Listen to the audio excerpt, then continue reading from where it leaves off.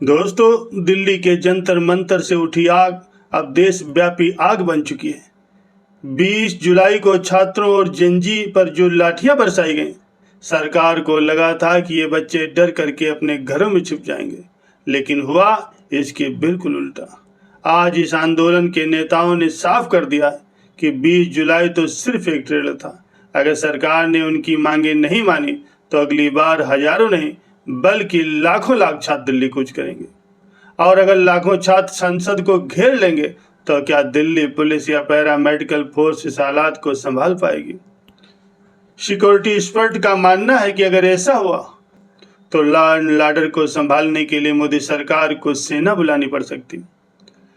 दोस्तों, सोच करके देखिए, अगर सेना ने अपने ही देश के निहत्थे बच्चों पर बल का प्रयोग करने से इनकार कर दिया तो फिर क्या होगा? क्या ये मोदी सरकार के तख्ता पलट की शुरुआत होगी? आज की इस रिपोर्ट में हम पूरे संकट और मोदी सरकार के सामने खड़ी इन 3 बड़ी शर्तों का विश्लेषण करेंगे, इसलिए इस वीडियो में आखिर तक बने रहिए। दोस्तों, दिल्ली के जंतर मंतर पर अब छात्रों का जोश पहले से दोगुना हो चुका है। पुलिस के लाठीचार्ज ने युवाओं के डर को पूरी तरह से खत्म कर दिया। इस आंदोलन का नेतृत्व कर रहे आशुतोष रांका ने खुलेआम चेतावनी दे दी है कि 20 जुलाई का प्रदर्शन सिर्फ शुरुआत थी। अगर सरकार ने उनकी बात नहीं मानी तो लाखों लाख छात्र दिल्ली की सड़कों पर उतरेंगे और इस बार वो न तो खामोश रहेंगे और न ही पीछे हटेंगे। सिक्योरिटी एक्सपर्ट ने चेतावनी दी है, अगर दिल्ली में 10 गुना भी ज्यादा भीड़ बढ़ गई तो पुलिस के लिए हालात संभालना नामुमकिन हो जाएगी। ऐसी स्थिति में सरकार के पास सेना को बुलाने के अलावा और कोई विकल्प नहीं बचेगा। लेकिन भारतीय सेना का इतिहास गवाह है कि वो अपने ही देश के निहत्थे बच्चों और छात्रों पर कभी गोली नहीं चलाती। अगर सेना ने मौके पर हाथ खड़े कर दिए तो फिर सत्ता के अहंकार क्या क्या होगा? विश्लेषकों का मानना है कि अगर मोदी सरकार ने समय रहते अपने अहंकार को नहीं छोड़ा तो ये इस देश को एक बड़े संकट की ओर ले जा सकता है। दोस्तों, पूरे देश के युवा, जिसे हम जेनजी कहते हैं, आज उबल रहे हैं। मुंबई से लेकर के कोलकाता और देहरादून तक हर शहर में छोटे छोटे जंतर मंतर बन गए। छात्रों ने सरकार के सामने साफ तौर पर 3 बड़ी शर्तें रख दी। अगर मोदी जी ने ये शर्तें नहीं मानी तो उनके पास दूसरा कोई विकल्प नहीं बचेगा। पहली और सबसे बड़ी शर्त है शिक्षा मंत्री धर्मेंद्र प्रधान का तुरंत इस्तीफा। आइए जानते हैं उनकी बाकी 2 शर्तें क्या हैं और सरकार इस पर क्या काम कर रही है। दोस्तों, विपक्ष भी अब पूरी तरह से छात्रों के साथ खड़ा है। संसद के भीतर राज्यसभा में कांग्रेस अध्यक्ष मल्लिकार्जुन खड़गे ने साफ कह दिया कि जब तक धर्मेंद्र प्रधान इस्तीफा नहीं देते हैं तब तक कोई बहस नहीं होगी। छात्रों की 3 शर्तें बिल्कुल साफ हैं। पहली है धर्मेंद्र प्रधान का इस्तीफा। छात्रों का कहना है कि जब तक धर्मेंद्र प्रधान सरकार से नहीं हटेंगे हम सड़कों से नहीं हटेंगे। दूसरा है संसद में बहस और जवाबदेही। छात्रों पर लाठीचार्ज का जिम्मेदार कौन है? पुलिस ने किसकी सह पर बर्बरता की, उसकी जांच होनी चाहिए।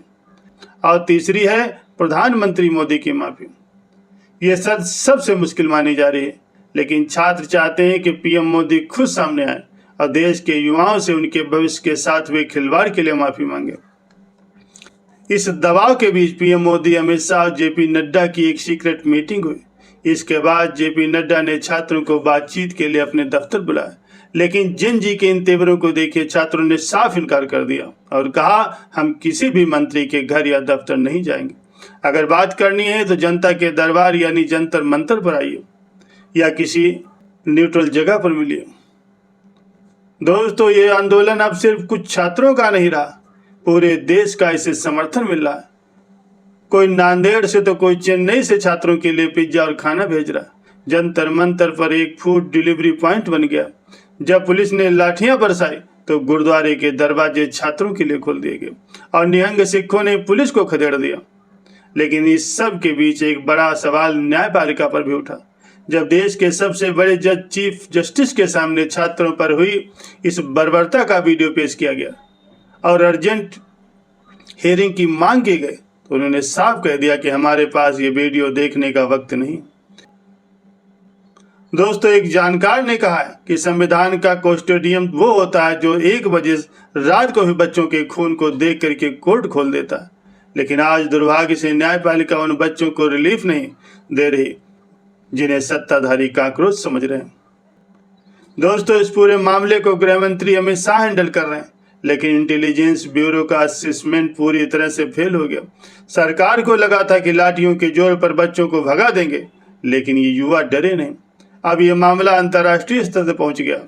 CNN से लेकर के BBC तक पूरी दुनिया इसे देख रही है कि भारत में छात्रों के साथ क्या हो रहा।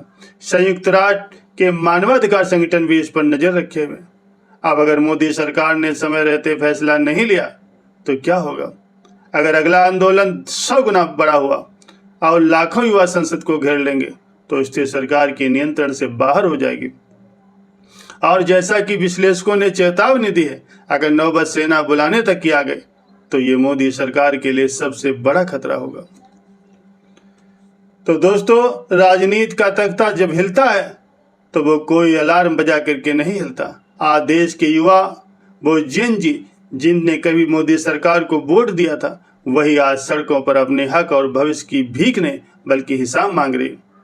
वक्त बहुत कम है। अगर मोदी जी को अपनी कुर्सी बचानी है तो उन्हें शिक्षा मंत्री की कुर्सी कुर्बान करनी पड़ेगी। क्या अहंकार बड़ा है यह देश का भविष्य, इसका फैसला सरकार को जल्द करना होगा। इस पूरे घटनाक्रम पर आपकी क्या राय है? आपको क्या लगता है कि शिक्षा मंत्री का इस्तीफा होना चाहिए? और क्या सरकार का अहंकार इस देश को एक बड़े संकट की तरफ धकेल रहा?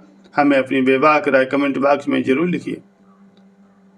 सच्ची, निडर और निष्पक्ष पत्रकारिता को सपोर्ट करने के लिए इस वीडियो को ज़्यादा से ज़्यादा लोगों तक शेयर करें, इसे लाइक करें और हमारे चैनल न्यूज़ इंडिया सत्य को फॉलो करना ना भूलें। नमस्कार, जय हिंद।